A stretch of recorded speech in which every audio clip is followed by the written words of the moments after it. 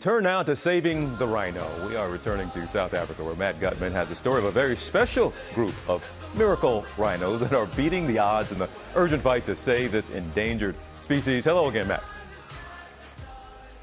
Hey, good morning, TJ, from Care for Wild Rhino Sanctuary. Right there is Petronell. Now, we are at an undisclosed location because rhino poaching has become so ferocious here. I can't tell you where we are, but I can tell you who we're with. Petronell, this is baby Blizzy, and right there is Winter. Now, she is an icon in the rhino world because she was an orphan.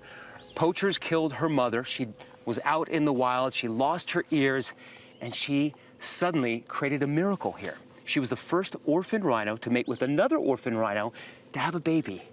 Miracle Blizzy here. A pair of very special rhinos. And so this is the miracle baby. This is the miracle baby. They're the first of a kind.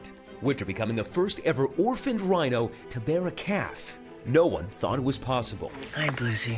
But 3 months ago, little Blizzy was born. Is that incredible that you have a mother that was so wounded, so maimed and traumatized, and you have this perfect baby? Every time I see her, it's a new start for rhinos. For us in the world, if you ask, why do we have to conserve rhino? Why is rhino important? Do you feel this? Petronell Newvold founded this shelter in 2010. But luckily no injuries, visible injuries. The Care for Wild Rhino Sanctuary. You thought it'd be like, what, a couple of years? Yeah, I never knew it will become this life journey. Poachers have decimated the rhino population, and conservationists warn the keystone species could become extinct within as little as 5 years. 100 miles away at the Kruger National Park, poachers have killed an estimated 80% of the park's population since 2013. It pains my heart. People must understand that these animals, they've got value into the society. Forcing the park to take drastic measures to protect them. Somewhere in the bush here is where they immobilized that rhino. We're gonna follow the helicopter there. Just moments earlier from that chopper, vet Peter Bass firing a tranquilizer dart. Oh my God, there it is. Because obviously the poachers, the bigger the horns, the more return they get on the risks they take trying to poach her. So she's a high-risk animal like this with a horn like this. They remove the horn, which is what poachers are after. And is she gonna suffer not having this horn? So it's a bit like getting your nails cut. Rhino horn fetches about $10,000 a pound in Asia, where some think it's an aphrodisiac. Pilot David Similani leads the conservation effort from above. We're at this stage because we are on the brink of failure. And this is the last thing that we can do to try and save the species. But his most delicate missions are flying those orphan calves to the sanctuary. And one of those little rescues has matured into this big fella. He's really the hero right now. He's a hero. Zoologists didn't know if rescued rhinos raised by humans would be able to reproduce. So the miracle is that he had no parents to teach him how to be a bull rhino. No. He had nature, and it worked. Worked better than anyone thought. Storm is now the father of 2 calves here, both under 3 months. And there could be more miracle babies on the way.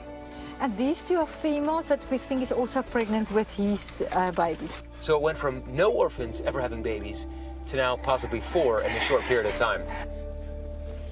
So in just a short period of time, we could have 4 babies just like Blizzy here running around this park. And it really is giving conservationists something they haven't had in their battle against poachers.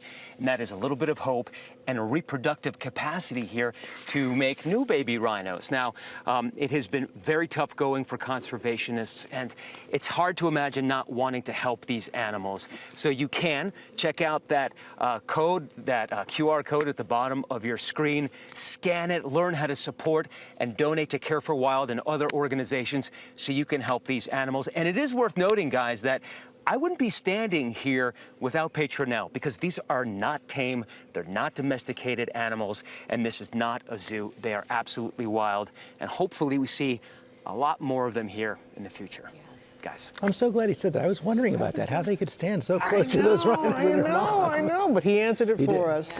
Matt, thank you, and please thank everyone there for the Incredible work that they're story. doing. It is. Definitely scan that QR code, please. That was amazing. I kind of feel like I should just go. That was just so good.